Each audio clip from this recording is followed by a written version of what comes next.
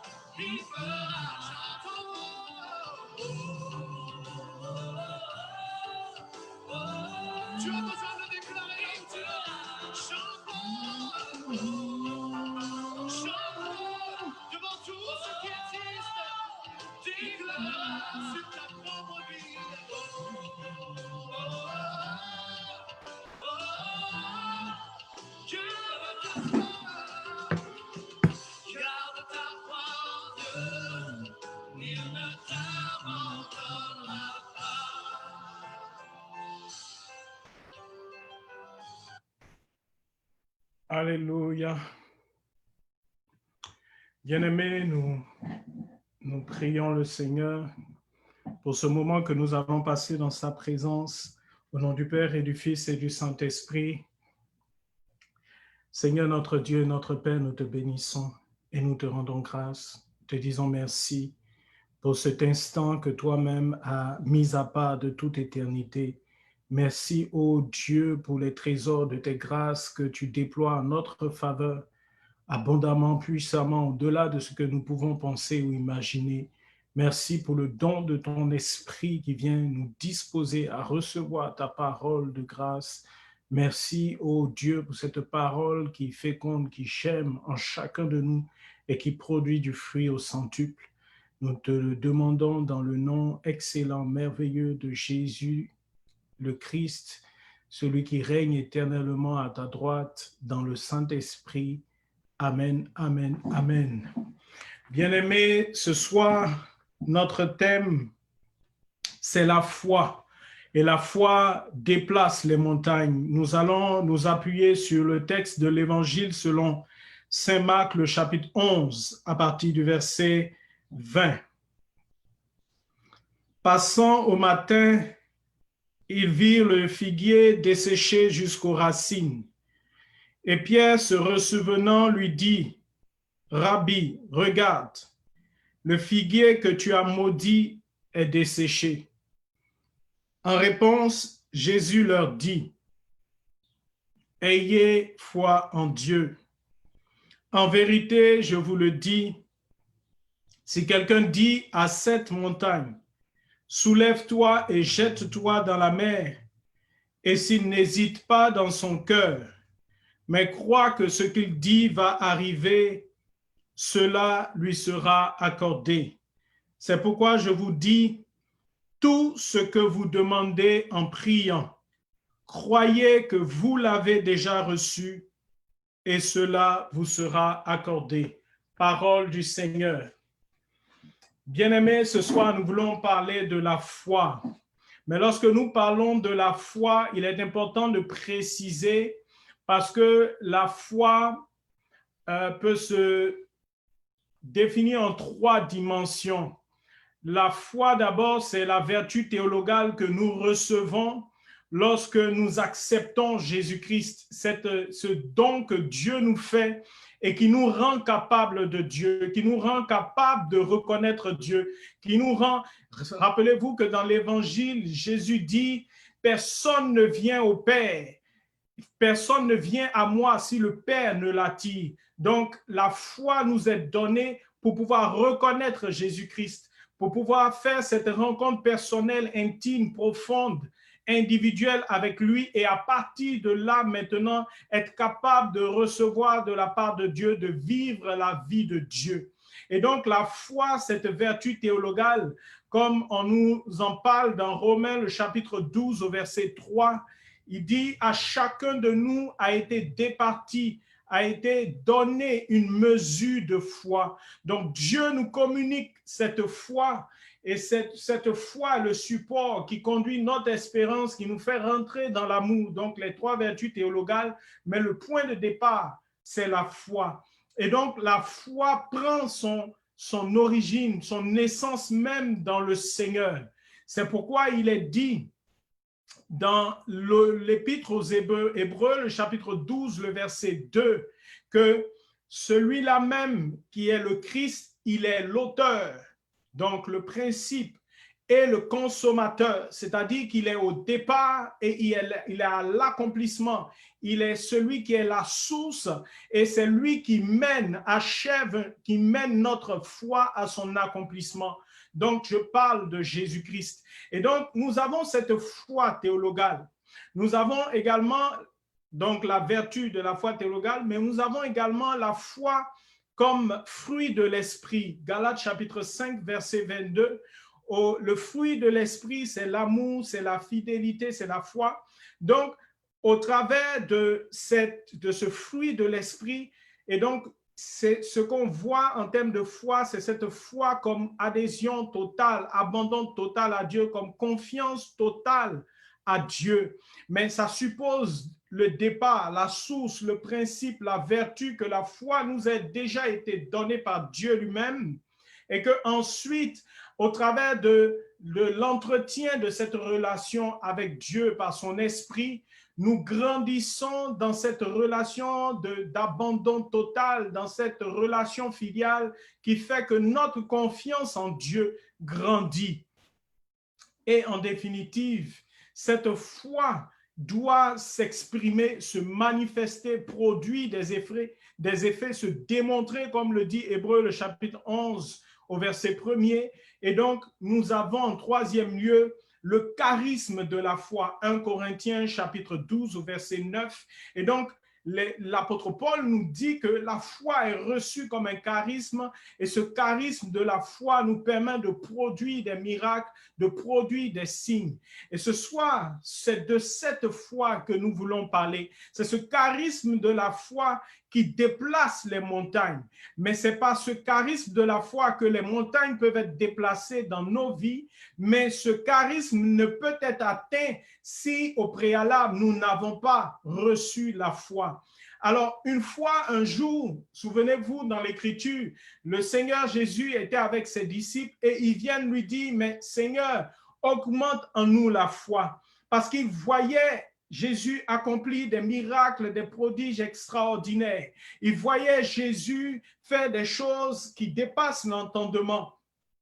Et chaque fois qu'eux étaient confrontés à certaines difficultés, notamment par exemple lorsqu'ils se retrouvent dans la barque et qu'il y a la tempête, Jésus ne comprenait pas leur manque de foi. Et Jésus leur disait, mais pourquoi avez-vous peur? Pourquoi n'avez-vous pas de foi? Donc un jour, ils se sont dit, mais vraiment, il y a quelque chose qui ne va pas chez nous et nous avons vraiment besoin de cette foi. Et ils disent à Jésus, vraiment, Seigneur, augmente en nous la foi. Et Jésus leur fait cette réponse. Non, la foi, vous n'en avez pas besoin en kilos ou en tonnes.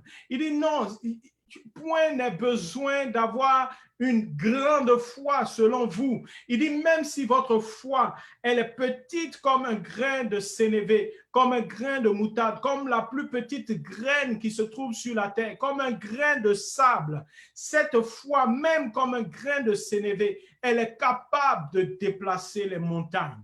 Et c'est pourquoi dans ce passage que nous avons lu, le Seigneur explique à ses disciples. Et donc, vous voyez, c'est pour cela qu'il est dit, la semaine dernière, nous l'avons vu, et il y a des choses que nous recevons par révélation et au travers desquelles le Seigneur nous dit qu'il communique des mystères du royaume. Et nous l'avons eu encore en ce jour, dans l'évangile de ce dimanche, lorsque Jésus raconte la parabole du semeur, il dit à ses disciples, mais les autres n'entendent pas, mais à vous, il a été donné de recevoir, de pouvoir comprendre cette parabole, de pouvoir comprendre ces mystères du royaume, parce qu'une mission va vous être confiée et vous allez devoir guider mon peuple. Et pour pouvoir le guider, il est important que vous puissiez saisir certains principes du royaume, certaines clés du royaume. Et la foi est un fondement, un pilier de la vie du royaume, de la vie chrétienne. Et c'est pourquoi ici, le Seigneur Jésus va expliquer à ses disciples, va leur donner le mécanisme par lequel la foi se démontre, la foi produit des miracles, la foi est capable de déplacer des montagnes.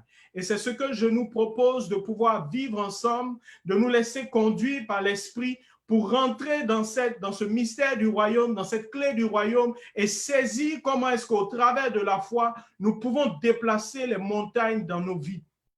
Bien-aimés, au travers de cette image de la montagne, ce que le Seigneur veut nous présenter, c'est que dans notre vie, à certains moments de notre vie, dans certains domaines, dans certains aspects de notre vie, nous pouvons être confrontés à certaines difficultés qui vont nous paraître insurmontables. Parce qu'une montagne, qu'est-ce que c'est? Dans le monde physique, par analogie, pour que nous puissions comprendre au plan spirituel, une montagne, c'est un obstacle naturel.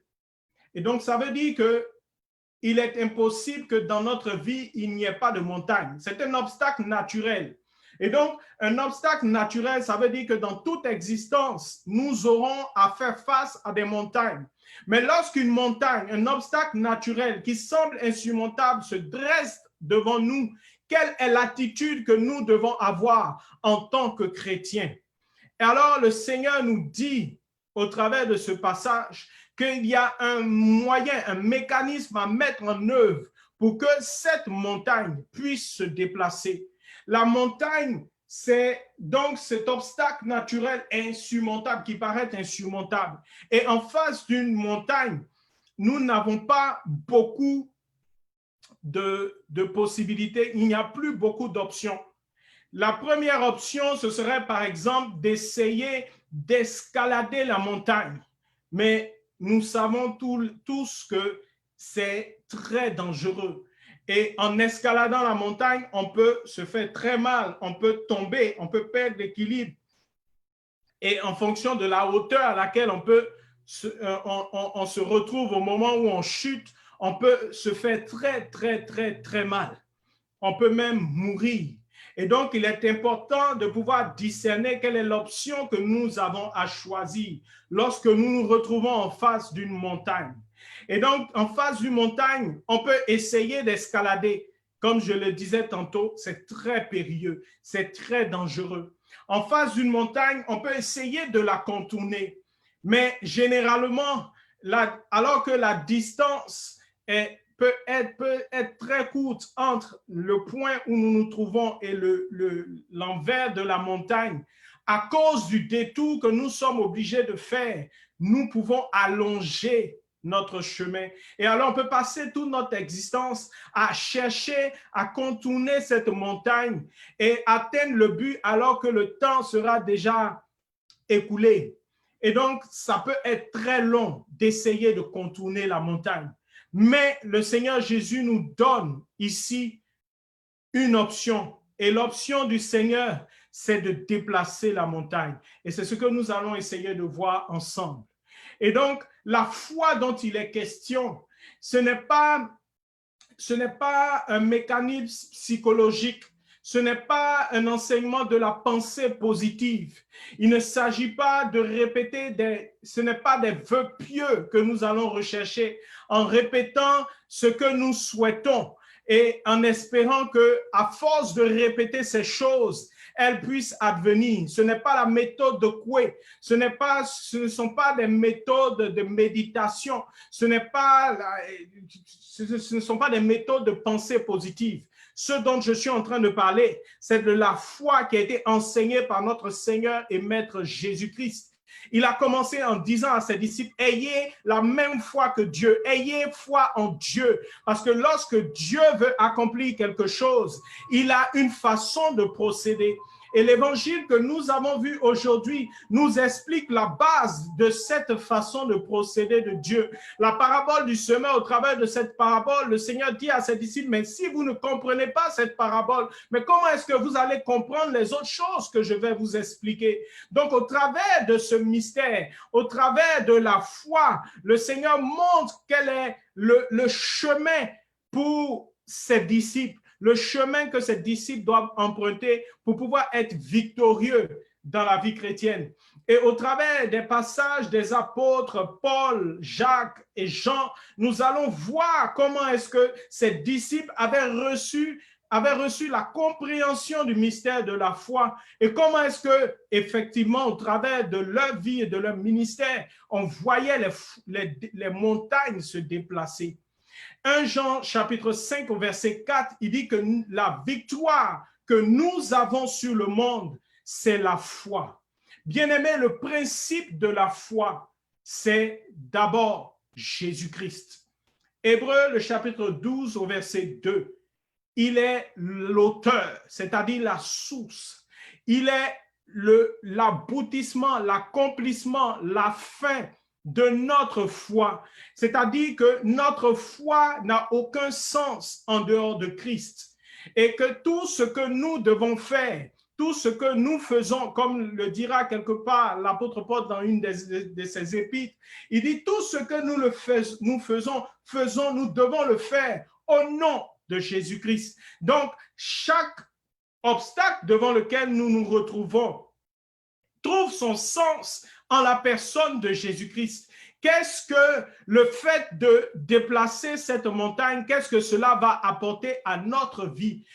En quoi est-ce que le fait que cette montagne, ce que tu appelles montagne, la difficulté, le souci qui se retrouve en face de toi, en quoi est-ce que cela contribue à manifester la gloire de Christ? Et donc, la foi part d'abord de cette relation que nous devons avoir avec Christ. Le principe de la foi, c'est Christ. Le principe de la foi, c'est notre appartenance à Christ. Rappelez-vous que c'est lorsque, effectivement, nous faisons cette rencontre, lorsque, effectivement, nous avons cette nouvelle naissance, c'est là que la foi nous est communiquée par le Seigneur, est départie dans notre être intérieur. Une mesure de foi nous est communiquée, comme le dit l'apôtre Paul en Romains le chapitre 12. Et donc, c'est ce que Nicodème, le sage, le docteur de la loi, c'est la réponse que Jésus lui donne. Il vient à Jésus et il dit, personne ne peut accomplir les exploits que tu accomplis. Personne ne peut faire ces choses extraordinaires que tu fais si Dieu n'est pas avec lui. Mais il dit, la preuve pour que Dieu soit avec toi, il faille que tu aies cette rencontre. Il faille que tu naisses de nouveau. Par cette nouvelle naissance, par cette naissance de l'esprit, la foi t'est communiquée. Et à partir du moment où tu reçois cette foi, tu seras en mesure de voir ces choses extraordinaires devenir naturelles dans ta vie. Tu pourras voir ces montagnes se déplacer dans ta vie. Bien-aimé, ce soit la question primordiale que nous devons nous poser.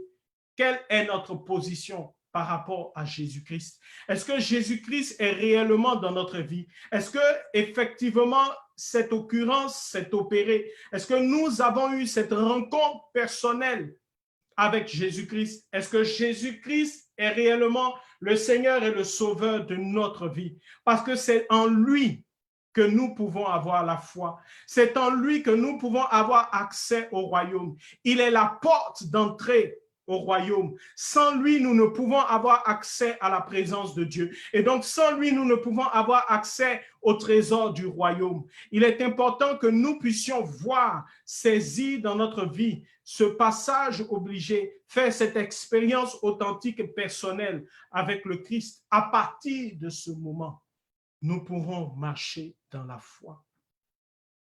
Et une fois que cette étape est accomplie, comment est-ce que nous pouvons grandir dans cette expérience pour que notre relation de foi, notre confiance, que nous puissions au fur et à mesure nous abandonner à Dieu pour produire ce fruit de l'esprit qu'est la foi. Et donc ça passe par un changement de mentalité. Romains chapitre 12, le verset 2 qui dit, il doit y avoir un renouvellement de notre façon de penser. Notre façon ancienne, avant de rencontrer le Christ, doit être transformée. Et par la transformation, par le renouvellement de notre intelligence, maintenant, cet esprit de foi nous est communiqué. 2 Corinthiens, le chapitre 4, verset 13, il dit, nous possédons donc cet esprit de foi qui fait que nous sommes capables de dire, parce que j'ai cru, comme je crois, c'est pourquoi je parle. Mais il est important qu'il y ait d'abord cette transformation intérieure, ce renouvellement de mentalité, ce changement de mentalité, cet esprit de foi qui nous soit communiqué. Parce que lorsqu'on regarde la définition de la foi en Hébreux chapitre 11, le verset 1er, l'auteur dit que la foi est une ferme assurance des choses qu'on espère, une démonstration de celles qu'on ne voit pas. Cette ferme assurance, cette confiance inébranlable qui ne dépend pas des circonstances. Et encore une fois, je le répète, il ne s'agit pas de fuir la réalité. Il ne s'agit pas de regarder aux circonstances et de dire non, je refuse de voir les circonstances. Et l'exemple typique, c'est la Vierge Marie qui reçoit le message de l'ange. Et l'ange lui dit, femme, tu seras enceinte. Elle dit, mais comment cela se fera-t-il? Elle regarde les circonstances, mais je ne connais pas d'homme, ce n'est pas possible. Alors le Seigneur, par la bouche de l'ange, lui dit, non, l'Esprit Saint viendra sur toi. Donc, tu vas rentrer dans une autre dimension. Tu vas quitter la dimension naturelle pour entrer dans la dimension surnaturelle. Et par le fait que l'Esprit viendra sur toi, maintenant, quelque chose de surnaturel va se produire en toi. Et il termine Luc 1, 37, car rien n'est impossible à Dieu. Cette transformation de mentalité, ce changement, ce renouvellement de notre intelligence, c'est que nous devons ne plus regarder les choses à la manière humaine, mais nous les regarder à la manière divine. Et lorsque la Vierge Marie est rentrée dans cette dimension de foi, elle a dit qu'il me soit fait selon ta parole. Alors le troisième niveau intervient, la parole. Comment saisir quelle est la volonté de Dieu? Comment saisir cet esprit de Dieu? Qu'est-ce que Dieu pense de telle ou telle situation? Comment est-ce que Dieu voit tel ou tel obstacle dans notre vie? Comment est-ce que Dieu veut que nous puissions nous en sortir de cette situation, nous débarrasser de cet obstacle? Dieu peut nous demander d'aller affronter l'obstacle et de le surmonter. Dieu peut nous demander de le contourner, mais c'est de même Dieu qui révèle à Pierre que il est le Christ. C'est le même Dieu qui est capable de révéler, comme il a révélé à Marie, que rien n'est impossible à Dieu et que quelque chose de surnaturel va se produire. Mais tout cela se fera au travers de la parole. Romains chapitre 10, le verset 8 nous parle de la parole de foi. Cette parole que nous avons vue aujourd'hui dans la première lecture tirée d'Isaïe 55, lorsque Dieu veut faire quelque chose, il envoie sa parole. Et il dit que tant que sa parole n'a pas accompli, n'a pas atteint sa cible, n'a pas touché le cœur pour lequel elle est destinée, tant qu'elle n'a pas accompli ce pourquoi elle a été envoyée, elle ne repart pas à Dieu. La foi vient de ce qu'on entend. Ce qu'on entend vient de la parole de Dieu. Romains chapitre 10, verset 17. Donc, cette foi va être suscitée en nous. Ce charisme de la foi pour déplacer les montagnes va être suscité en nous au travers de la parole de Dieu, au travers de cette relation que nous allons entretenir avec Dieu. Dieu va nous communiquer de façon intime, profonde à l'intérieur de nous qu'il y a quelque chose à faire par rapport à la situation que nous vivons. Et cela vient au travers de notre relation avec la parole de Dieu. Dieu va se communiquer à nous au travers de sa parole. Il va nous révéler ses desseins. Il va nous révéler sa volonté profonde. Au travers de cette parole que nous allons recevoir, et en fonction de notre état d'esprit pour la recevoir. Et c'est cela la parabole du semeur. Il dit, le semeur jette la parole. La semence, c'est la parole de Dieu. Le semeur, c'est Dieu. Dieu envoie sa parole, mais il envoie sa parole à tout le monde. Mais il y a des gens qui se trouvent au bord du chemin.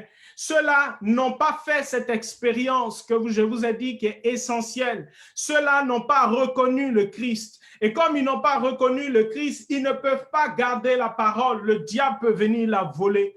Mais il dit, il y a une autre catégorie de personnes. Ceux-là, ils reçoivent la parole, ils entendent le message de l'évangile. Peut-être qu'ils sont baptisés même. Peut-être qu'ils écoutent l'heure du Christ. Peut-être qu'ils entendent la parole de Dieu. Mais il n'y a pas suffisamment de racines en eux. La parole ne peut pas s'enraciner. Or, que dit Ésaïe, lorsque j'envoie ma parole, il faut qu'elle tombe dans la terre, il faut qu'elle féconde, il faut qu'elle germe, il faut donc qu'elle puisse s'enraciner, parce que sinon elle ne peut pas revenir à moi, elle ne peut pas accomplir ce pourquoi elle a été envoyée.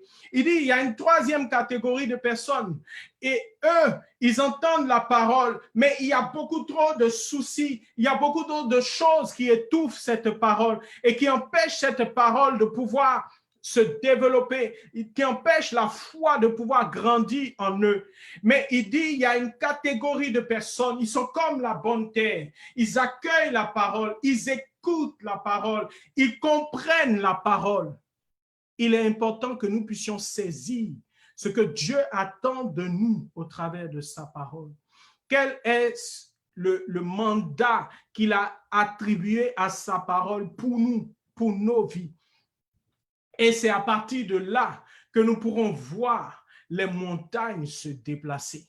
C'est à partir de là que notre prière va prendre un tout autre sens. L'apôtre Jacques, le chapitre 5 au verset 15 dira, si quelqu'un est malade, qu'il aille vers les anciens.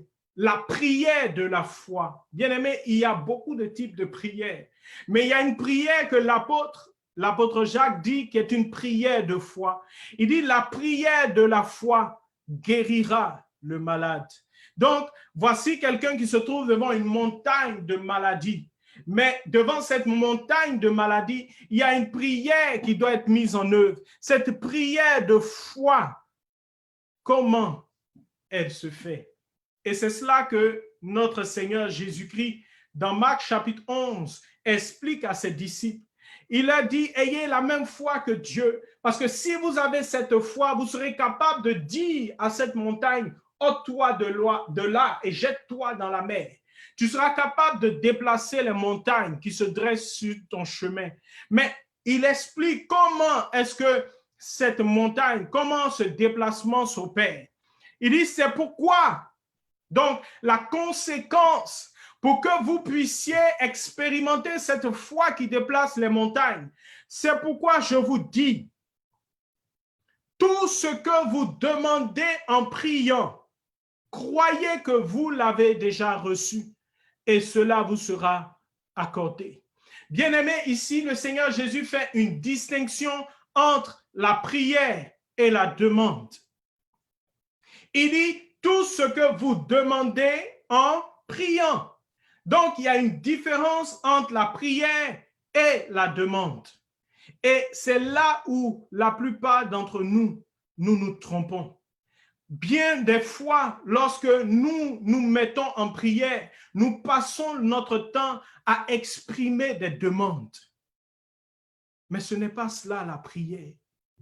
Lorsque les disciples, une autre fois, et rendez-vous compte que les deux seules fois où les disciples ont demandé quelque chose à Jésus, c'était pour la prière et c'était pour la foi. Ils ont dit, Seigneur, apprends-nous à prier. Ils ont dit, Seigneur, augmente en nous la foi. Mais lorsqu'ils ont demandé à Jésus, ils ont dit à Jésus, apprends-nous à prier. Qu'est-ce que Jésus leur a dit? Il a dit, lorsque vous priez, dites, adressez-vous au Père, notre Père qui est aux cieux. Donc la prière s'adresse à Dieu. Notre Père qui est aux cieux. Donc, lorsque nous nous mettons à prier, nous ne regardons plus la montagne. Lorsque nous prions, nous ne regardons pas les circonstances. Lorsque nous prions, nous regardons à Dieu. Et nous regardons là où Dieu se trouve. Quelle est la position de Dieu par rapport à nos circonstances? Quelle est la position de Dieu par rapport à cette montagne? Quelle est la volonté de Dieu par rapport à cette montagne? Dans quel état d'esprit se trouve Dieu? Parce que ce qu'il est important pour nous, les sentiments que nous devons avoir dans le cœur, Philippiens chapitre 4, ayez en vous les mêmes sentiments qui étaient dans le Christ Jésus, Philippiens chapitre 2 plutôt, ayez en vous les mêmes sentiments qui étaient dans le Christ. Nous devons, au travers de la prière, nous aligner à la pensée de Dieu, à la volonté de Dieu. Et ça, c'est le travail de l'esprit. Nous ne savons pas quoi demander. Nous ne savons pas comment prier. Mais c'est le Saint-Esprit qui vient à notre secours. Et par les gémissements ineffables, lui qui sonde les profondeurs de Dieu, il nous révèle les dons gratuits de Dieu. Et il nous amène à adresser une prière qui puisse être agréable à Dieu. Donc, notre prière doit tourner notre regard vers Dieu. Et donc, lorsque nous nous mettons à prier, nous ne regardons pas d'abord aux circonstances, nous ne regardons pas d'abord à la montagne, nous regardons à Dieu, nous regardons à ce que notre Père dans les cieux veut accomplir pour nous. C'est pourquoi Jésus dit, mais pourquoi est-ce que vous êtes inquiets? Je vous vois, vous êtes inquiets pour ce que vous allez manger, pour ce dont vous allez vous vêtir. En d'autres termes, ces choses ne constituent pas des obstacles. Il dit non, ne vous préoccupez pas de ça, mais cherchez premièrement le royaume des cieux.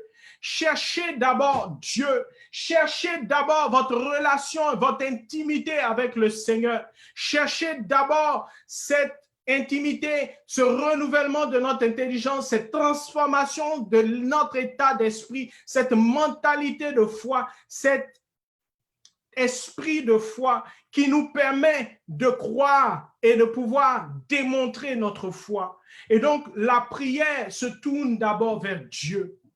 Et la Bible nous montre notre Seigneur Jésus qui était constamment en prière. Et on le voit tout au long de la journée enseigner et opérer des miracles. Il enseignait, il opérait des miracles, mais la nuit, toute la nuit, il était en prière. Mais c'est parce qu'il était en prière toute la nuit que Jésus pouvait opérer des miracles dans la journée. Alors le Seigneur nous invite à d'abord nous orienter, à tourner nos regards véritablement vers Dieu, vers le Christ. Regardez Pierre dans la barque. Pierre, ce jour où il voit Jésus arriver en marchant sur les eaux, il dit, mais Seigneur, si c'est toi, ordonne que je puisse marcher. Et le Seigneur lui dit, viens. Et Pierre sort de la barque et commence à marcher sur les eaux. Mais à un moment donné, la Bible nous dit que la tempête se lève et l'eau commence à s'agiter. Pierre détourne son regard de Jésus et commence à regarder les éléments. Il commence à regarder le vent. Il commence à regarder l'eau qui est agitée. Et la Bible dit qu'il a commencé à s'enfoncer. Et alors, il a encore crié au Seigneur, « Seigneur, sauve-moi, je péris. » Et la Bible nous dit que Jésus a tendu la main pour le récupérer. Bien-aimé, tant que Pierre avait les regards fixés sur Dieu, il ne se noyait pas. Tant qu'il avait les regards fixés sur Dieu, il était dans le surnaturel. Il marchait non pas sur les eaux, mais il marchait sur la parole de Jésus qui lui a dit « Viens ». Mais à partir du moment où son regard s'est détourné de Jésus et a commencé à s'orienter vers l'extérieur, vers les circonstances, vers ce que les gens disent, vers tout le bruit qu'il y a autour de nous aujourd'hui, vers toutes ces images, ces nouvelles, mauvaises nouvelles, il a commencé à s'enfoncer. Tournons notre regard résolument vers le Seigneur. C'est lui qui est la solution, car rien n'est impossible à Dieu. C'est lui qui a créé toutes choses et tout l'univers. Aucune montagne n'est apparue d'elle-même, mais tout vient de l'Esprit du Seigneur. C'est lui qui a créé toutes choses par sa parole puissante. À partir du moment où nous serons abîmés dans la prière, nous aurons véritablement recherché Dieu, la présence de Dieu dans la prière, le Seigneur va nous communiquer une parole. Et cette parole-là, nous pourrons maintenant nous appuyer sur elle. Comme il a dit à Pierre, viens. En nous appuyant sur cette parole, nous pourrons marcher sur les eaux. En nous appuyant sur la parole que le Seigneur va nous communiquer dans la prière, nous pourrons déplacer les montagnes. Et c'est pourquoi Jésus, quand il avait passé toute la nuit en prière, lorsqu'il se retrouvait devant une montagne, lorsqu'il se retrouvait devant un obstacle, lorsqu'il se retrouvait devant un piège des pharisiens, lorsqu'il se retrouvait devant un démon à chasser, lorsqu'il se retrouvait devant un malade incurable, donc il se retrouvait même parfois devant un mort, Jésus ne regardait plus aux circonstances, mais il regardait à la parole qu'il avait reçue dans la prière. Et lorsque Jésus maintenant s'adressait, Jésus ne s'adressait plus à Dieu. Il ne disait pas, « Oh Seigneur, viens en aide à cette pauvre veuve qui a perdu son fils. Oh, viens en aide à ce pauvre monsieur qui a son fils qui est tourmenté par un démon. » Il ne disait pas, « Oh Père, viens m'aider parce que les pharisiens, les scribes, les sadducéens me tendent un piège. » Non. Il avait déjà reçu la parole qui allait conduire cette journée et il marchait sur cette parole. C'est pourquoi maintenant, il pouvait s'adresser directement aux circonstances. Il s'adressait aux montagnes, il s'adressait aux difficultés, il s'adressait aux maladies, il s'adressait aux démons, il s'adressait à ceux qui se dressaient en obstacle sur l'accomplissement de sa mission, du projet de Dieu pour sa vie. C'est pourquoi ici, Jésus dit et qu'il donne comme principe essentiel à ses disciples, il dit, si quelqu'un dit à cette montagne, il n'a pas dit si quelqu'un prie pour la montagne, il n'a pas dit si quelqu'un demande à ses frères de prier pour eux, il n'a pas dit si quelqu'un demande à la communauté mère du divin amour de prier pour sa montagne, non, il dit, lorsque tu te retrouves devant une montagne, dis à la montagne, parle à la montagne. Ta parole doit s'adresser à la montagne. Lorsque Jésus était dans la barque et que la tempête s'est levée, sa parole ne s'est pas adressée à Dieu. Sa parole s'est adressée aux circonstances, aux événements, aux éléments, à la mer qui était agitée. Il a dit, silence, tais-toi. Et la Bible dit que le calme se fit aussitôt. Lorsque il se retrouvait devant les malades. Et c'est pourquoi à chaque fois, Jésus était émerveillé par la foi de certaines personnes. Il a été émerveillé par la foi du centurion parce que le centurion avait perçu un principe essentiel de la foi, que la foi vient de ce qu'on entend et ce qu'on entend vient de la parole de Dieu. Ce centurion a dit à Jésus, non, tu n'as pas besoin de te déplacer. Il te suffit de dire une parole et mon serviteur sera guéri. Et Jésus a loué cette foi. Jésus s'est émerveillé devant cette foi. Il dit, mais je n'ai jamais vu vu une telle foi. Je n'ai jamais vu une telle foi en Israël. À cause de cette foi, va, ton serviteur est guéri. Il a compris le principe. Il a dit, moi qui ne suis qu'un simple soldat, mais j'ai des hommes sous moi, j'en ai 100.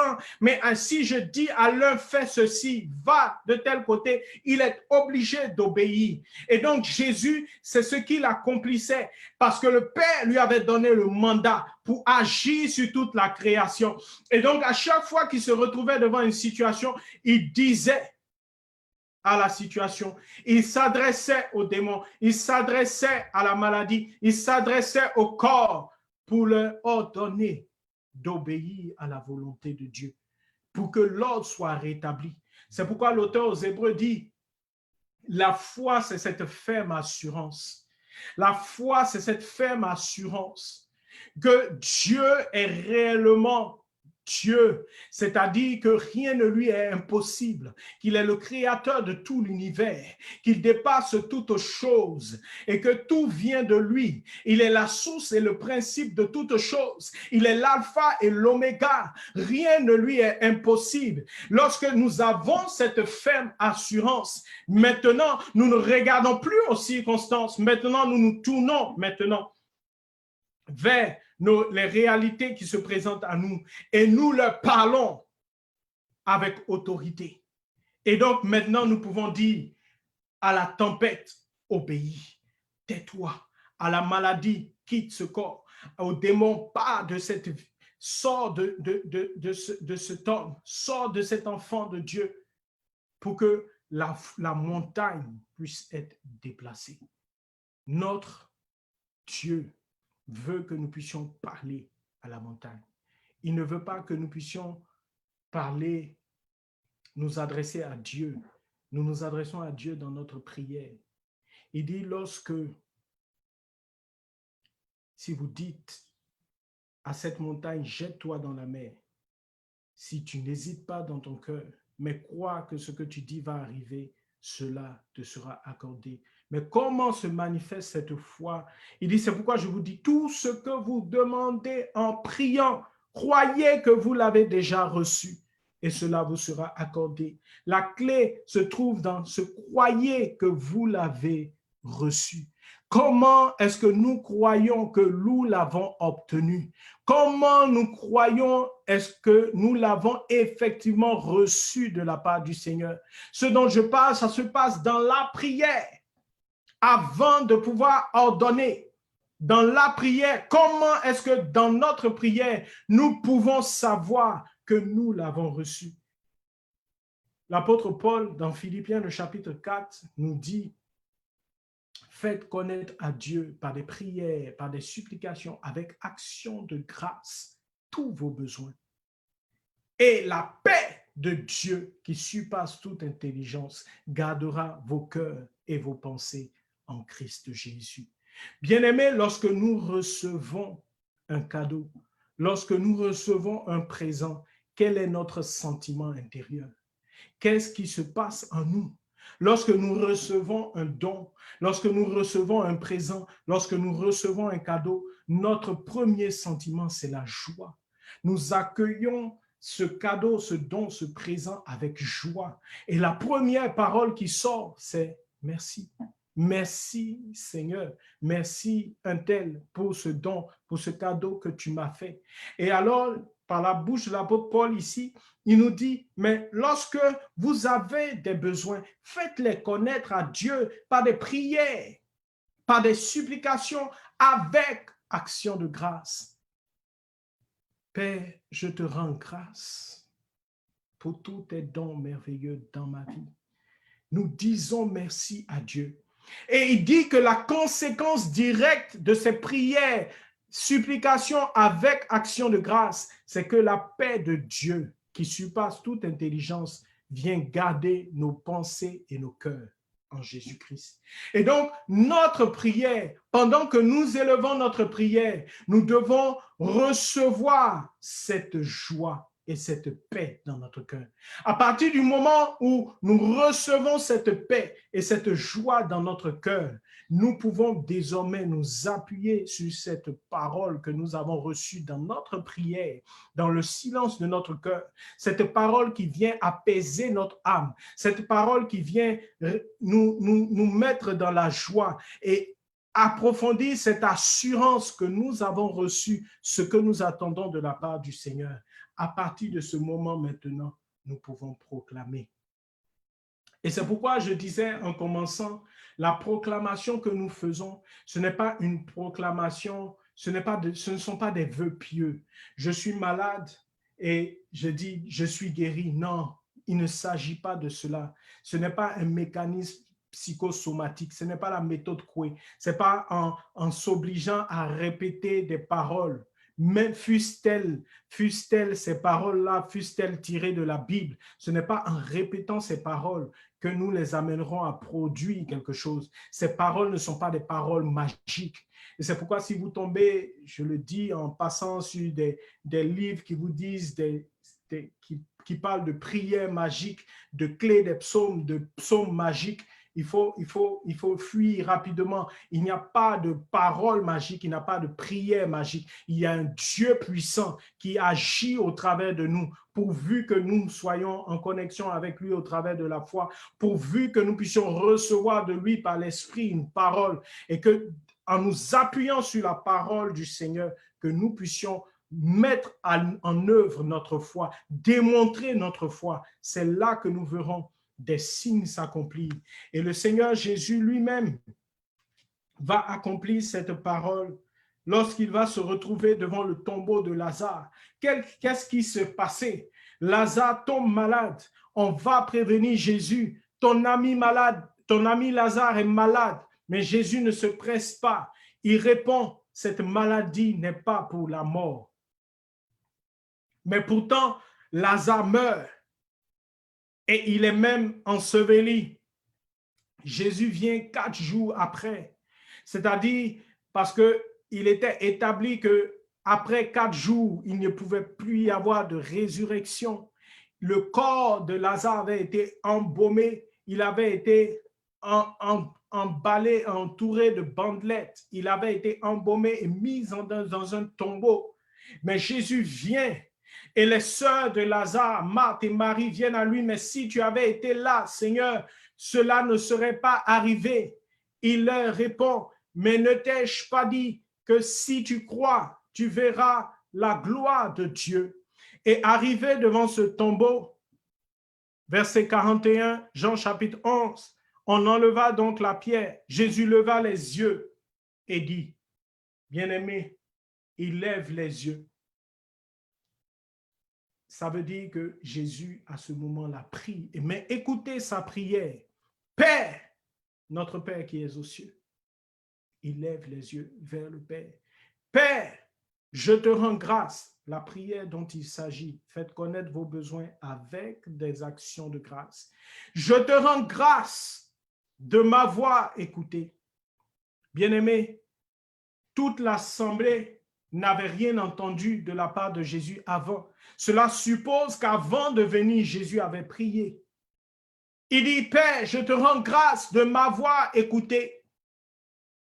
Je savais que tu m'écoutes toujours, mais c'est à cause de la foule qui m'entoure que j'ai parlé, afin qu'ils croient que tu m'as envoyé. Jésus donc, en élevant la voix vers le Père, avait déjà l'assurance de ce qui allait s'accomplir. Il savait, il avait déjà reçu dans la prière l'assurance de la part du Seigneur de ce qu'il devait se passer. Et maintenant, la Bible dit, cela dit, donc la prière est terminée. Il se tourne vers le tombeau. Il s'écrie d'une voix forte, Lazare, sort. Il n'a pas dit, oh Père, accomplis le miracle pour que Lazare sorte. Non, il s'adresse aux morts. Il dit, Lazare, sors de ton tombeau. Comme il l'a fait à la tempête, tempête, tais-toi. Silence, tais-toi. Comme il l'a dit à la jeune fille qui était morte, Talitha koum, jeune fille, lève-toi. Jésus s'adresse à la montagne. Et aujourd'hui, dans chacune de nos vies, Dieu s'attend à ce que nous puissions nous adresser aux montagnes qui se dressent sur notre chemin. Je dis, ces montagnes, elles ne trouvent leur sens qu'en Christ. Quel est le sens? Il a dit à Marthe et Marie, si tu crois, tu verras la gloire de Dieu. Si cette montagne doit être ôtée de ta vie, est-ce que cela sera pour la gloire de Dieu? Et donc, cette parole que nous avons à recevoir, nous devons la chercher dans la présence du Seigneur. Dans Romains, le chapitre 10, l'apôtre Paul nous donne cette réalité. L'apôtre Paul nous donne la révélation de ce mystère.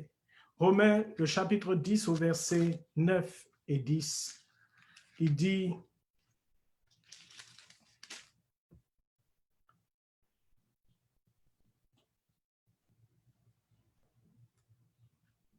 Romains chapitre 10.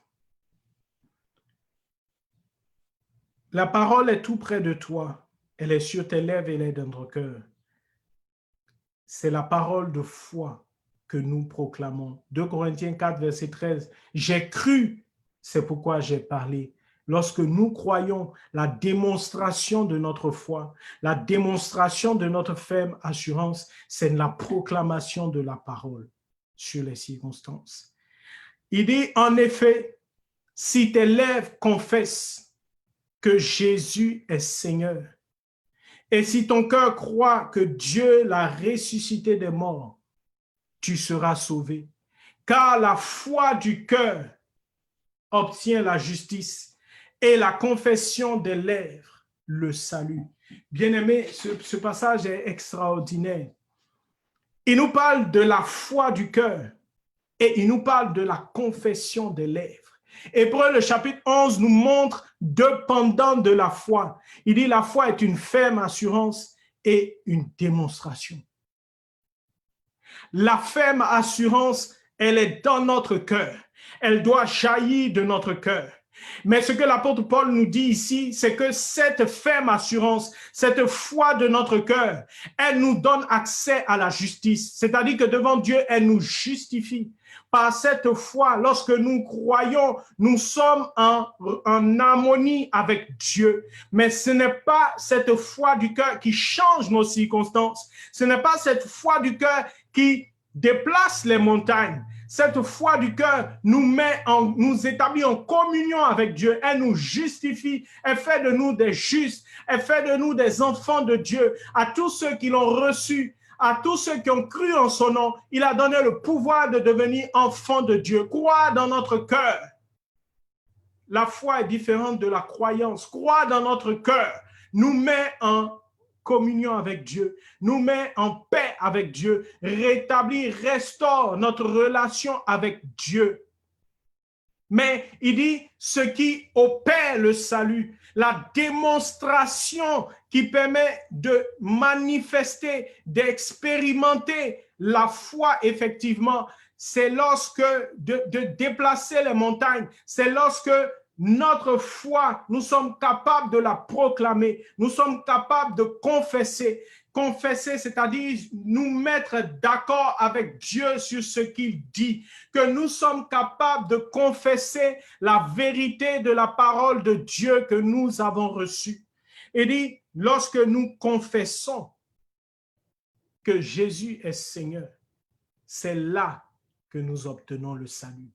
Confesser que Jésus est Seigneur, c'est confesser, c'est dire devant toute situation, devant la montagne que nous sommes en train de vivre, c'est nous rendre compte que Jésus est Seigneur de cette montagne. Jésus est Seigneur de cette situation. Jésus est Seigneur de la difficulté, de l'épreuve que nous sommes en train de vivre. Et à partir de ce moment, lorsque nous sommes capables de confesser, de proclamer que véritablement notre Dieu règne au-dessus de cette situation, alors nous allons avoir la démonstration de ce que nous avons proclamé.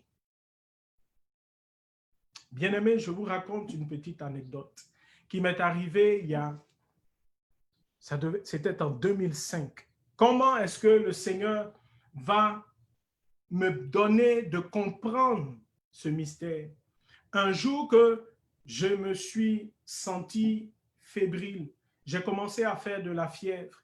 Et pour ceux qui connaissent le pays d'où je viens, le pays d'Afrique d'où je viens, de la Côte d'Ivoire, ce climat tropical, il y a une maladie qui est endémique, c'est le paludisme. Et depuis tout petit, nous connaissons les symptômes du paludisme. Nous reconnaissons les symptômes du paludisme. Nous reconnaissons que lorsque nous avons cette fièvre, des douleurs à la tête, cet état de faiblesse, de fatigue extrême, nous savons que le paludisme, le palu comme nous l'appelons, s'en vient. Et alors, j'ai commencé à sentir cette faiblesse, cet état fébrile. Je me suis dit, ah, je vais avoir le palu. Mais on a au moins le palu une fois par an, c'est routinier. On sait comment le traiter, on sait comment le prévenir. Et donc, je prends des médicaments de prévention et je me couche tout de suite. Je savais que j'en avais pour 3 jours. C'est le tarif ordinaire, normal. Et dès que je me couche, j'entends le Saint-Esprit dans mon cœur qui me dit, il envoie sa parole pour les guérir. Psaume 107, verset 20.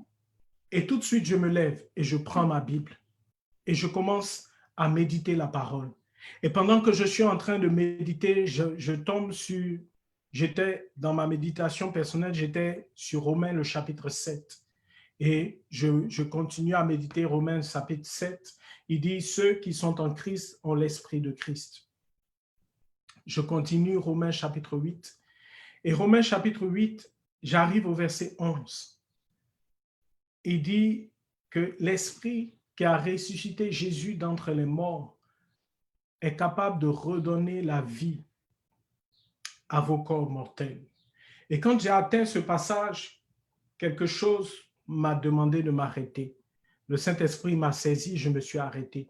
Et j'ai commencé à méditer, à reprendre ce passage. L'Esprit qui a ressuscité Jésus d'entre les morts redonne la vie à nos corps mortels.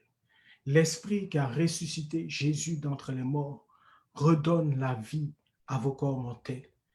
Et donc, j'ai un dialogue s'est ouvert, j'ai dit au Seigneur, et j'ai dit, ah bon, donc le 3e jour, quand tu étais dans le tombeau, c'est le Saint-Esprit qui est rentré dans le tombeau et qui a redonné la vie à ton corps mortel. C'est le Saint-Esprit qui a ressuscité, qui a opéré cette puissance de miracle qui a permis à ce que tu sortes de la mort, que tu sortes du tombeau. Mais ce que ce passage disait, c'est que ce même esprit qui a ressuscité Jésus d'entre les morts est capable de redonner la vie à nos corps, à mon corps mortel. Et j'ai dit, mais Seigneur, oui, c'est vrai, mon corps est encore mortel. C'est pourquoi je peux être encore sujet au palu. C'est pourquoi je peux encore ressentir de la fièvre. Mais tu dis que cet esprit qui a ressuscité Jésus d'entre les morts, que j'ai accepté, puisqu'il vit en moi, parce que j'ai accepté le Christ, ce même esprit vit en moi et qu'il est capable de redonner la vie à mon corps mortel. À partir de ce moment,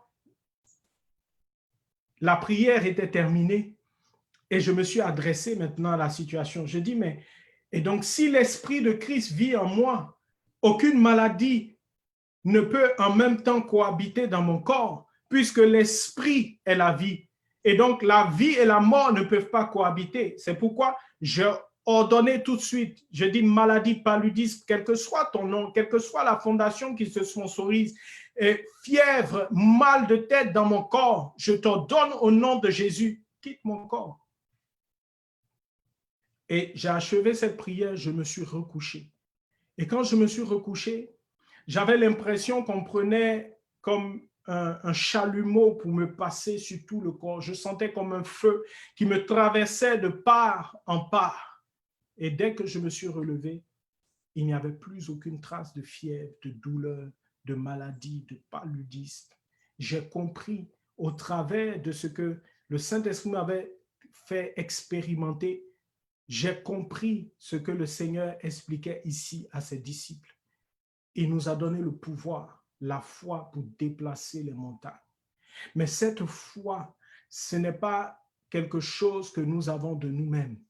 Cette foi, elle dépend de Dieu. Cette foi, c'est Dieu qui nous la communique.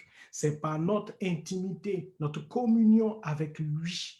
C'est lorsque réellement nous réalisons qu'il est Seigneur dans nos vies et dans toutes les circonstances de nos vies. Et que nous sommes capables de confesser, de proclamer qu'il est le Seigneur de nos vies. Alors, nous verrons les montagnes se déplacer.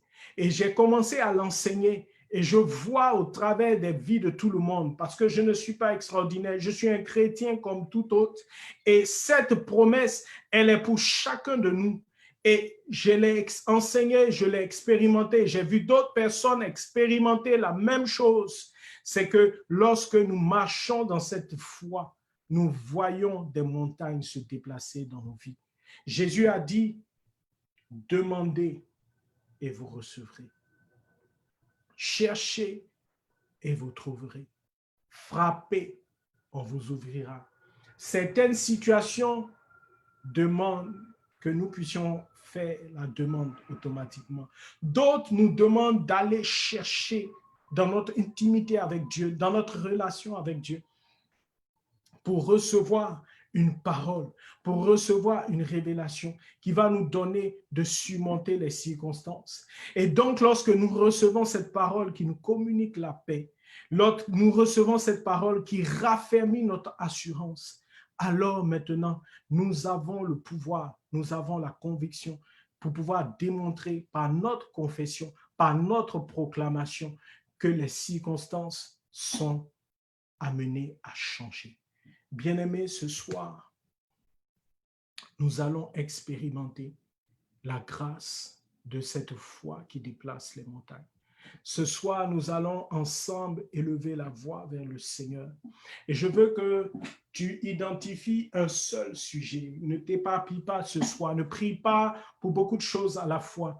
Je veux que pendant que nous serons en train de prier, d'élever la voix vers notre Dieu, d'élever la voix vers notre Père, de l'honorer, de le célébrer, de lui rendre grâce pour ses merveilles dans nos vies, pour ses bienfaits excellents dans nos vies. Quand nous serons en train de lui dire merci pour ce qu'il a déjà accompli, à un moment donné, le Seigneur va nous communiquer une parole. Et lorsque nous aurons cette parole, nous aurons cette paix, cette joie dans notre âme, nous allons nous adresser aux circonstances et nous allons ordonner à ces circonstances, nous allons ordonner à ces montagnes de se déplacer, de quitter nos vies, de quitter notre chemin, de quitter le chemin, de ne plus être un obstacle sur notre chemin. Alors nous élevons ensemble nos mains vers le Seigneur. Et nous voulons contempler la gloire du Père. Nous voulons contempler ce Dieu merveilleux. Ce n'est pas moi qui t'ai laissé, Seigneur. Ce n'est pas moi. Ce n'est pas toi qui m'as laissé. C'est moi, Seigneur, qui ai abandonné ta main. Et ce soir, mon âme s'élève vers toi. Je veux te rendre grâce, ô Père, pour tes bienfaits. Je veux te dire merci, ô Dieu. Je veux te dire, ô Seigneur, combien tu es précieux pour moi et que sans toi, ma vie n'a aucun sens. Et sans toi, ô Dieu, je suis totalement perdu. Oh, élève une louange qui vienne du fond de ton cœur. Hosanna.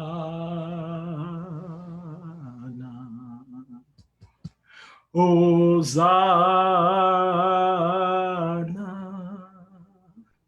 Hosanna au plus haut des cieux. Hosanna, Hosanna, Hosanna au plus haut des cieux. Nous élevons ton nom d'un cœur reconnaissant. Tu es le Seigneur glorieux. Hosanna au plus haut des cieux. Nous élevons ton nom d'un cœur reconnaissant. Tu es le Seigneur glorieux.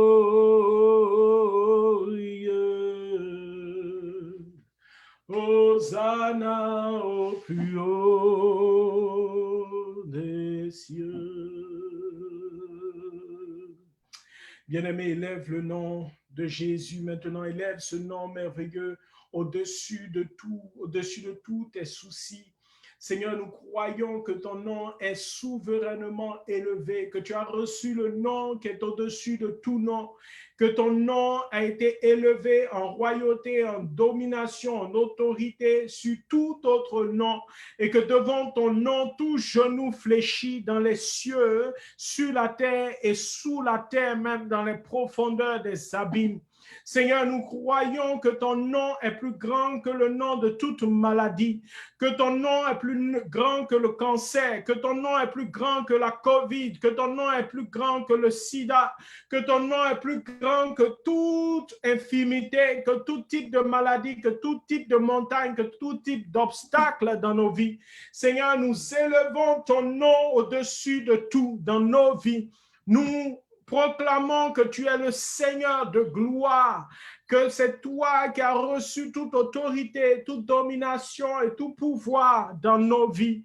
Et Seigneur, nous croyons que nous sommes investis de ce pouvoir. Et c'est en vertu de ce pouvoir, c'est en vertu de cette autorité et de l'assurance que nous avons reçue dans ta présence maintenant, que nous allons nous adresser aux circonstances de nos vies, que nous allons nous adresser particulièrement à la maladie ce soir. Seigneur, je veux prier pour mes frères maintenant. Je veux prier, ô Père, pour chacun de nous, tous ceux qui sont connectés à cette heure du Christ. Seigneur, toutes les personnes qui sont malades, je veux m'adresser à ces maladies. Je veux m'adresser à ces tumeurs, à ces excroissances, à ces parasites, à ces organismes vivants, indésirables, qui se sont, peu importe le nom qu'ils portent, virus, bactéries, quelle que soit leur origine et la fondation qui les sponsorise. Père, et pendant que je préparais ce temps, le Seigneur m'a donné une parole concernant quelqu'un qui a des parasites depuis plusieurs semaines. Et malgré les traitements, malgré les consultations, la situation n'évolue pas. Et la parole du Seigneur qui s'est fait entendre dans mon oreille, il a dit, ton corps est le temple du Saint-Esprit. Ton corps n'est pas le temple des parasites. Ton corps n'est pas le temple des virus. Ton corps n'est pas le temple des bactéries. Ton corps n'est pas le temple de la maladie. Ton corps est le temple du Saint-Esprit. Bien-aimés, je voudrais nous inviter à prier maintenant, à prendre autorité, à nous appuyer sur cette parole pour nous adresser aux circonstances de nos vies.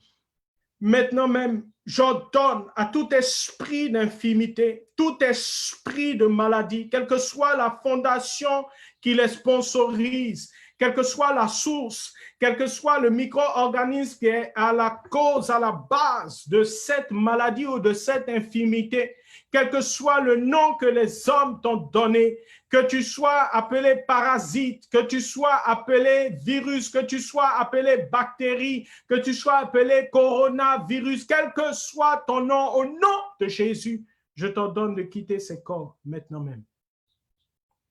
Tu quittes les corps. Je commande maintenant à tous les corps. Je commande aux muscles, je commande aux nerfs, je commande aux os, je commande aux cellules du sang maintenant d'être totalement renouvelées et restaurées par la puissance de l'Esprit de Dieu. Vous recevez la guérison au nom de Jésus. J'ordonne à la vie de s'attacher à vous. Vous recevez la vie de Dieu maintenant dans vos cellules. Vous recevez la vie de Dieu dans vos organes. Vous recevez la vie de Dieu dans tous les organes de votre corps. Le Seigneur me montre l'image d'une personne qui souffrait du foie et on t'a diagnostiqué une hépatite maintenant même. Je chasse ce virus. Je chasse cette maladie de ton corps. Sois totalement restauré par la puissance de l'Esprit de Dieu. Sois visité maintenant, que ton foie soit totalement détoxifié et totalement restauré par la puissance du nom de Jésus. Sois guéri au nom de Jésus. Père, merci. Merci de restaurer nos vies. Merci de restaurer nos âmes. Merci de restaurer nos corps. Merci de rétablir, ô Dieu, ta volonté dans tous les domaines de notre vie. Merci, ô Dieu, de nous attacher à toi. Merci, ô Dieu, de nous renouveler, de nous établir dans cette nouvelle mentalité de foi, dans cet esprit de foi, pour que nous puissions proclamer ton règne, pour que nous puissions proclamer ta vie dans toutes circonstances. Nous te bénissons et nous t'adorons. Nous te glorifions et nous te rendons grâce. Nous te disons merci, ô Dieu, pour ce que tu as fait dans chacune de nos vies, abondamment et puissamment ce soir. Merci pour ce que tu vas continuer de faire tout au long de cette semaine dans chacune de nos vies. Merci, ô Dieu, pour les démonstrations de notre foi que nous allons expérimenter tout au long de cette semaine. Oui, certains vont expérimenter cette foi dans le domaine financier au cours de la semaine à venir. Certains vont l'expérimenter comme nous l'avons fait cet après-midi au niveau de leur santé. Pour d'autres, ça sera au niveau professionnel, mais le Seigneur va nous visiter selon la mesure de foi que nous aurons reconnue en lui. Seigneur, nous te disons merci et nous te rendons toute la gloire. Bien-aimés, nous sommes au terme de notre heure du Christ en ce jour et nous voulons vous rendre grâce à Dieu pour tous ses bienfaits, pour toutes ses merveilles, pour tous ses dons excellents. Et je veux vous recommander à la grâce de Dieu et jusqu'à la semaine prochaine, demander, Père, étends la couverture de protection de ton sang précieux sur chacun de nous, sur chacune de nos vies, sur chacune de nos familles, sur tout ce qui est rattaché à nous par des liens saints. Que ton sang précieux soit notre abri, notre bouclier, notre protection et notre refuge, qui nous garde toujours dans ton amour, dans ta paix, dans ton esprit. Toi qui règnes éternellement, au nom du Père et du Fils et du Saint-Esprit. Amen. Shalom, shalom, que Dieu vous bénisse, que Dieu vous garde.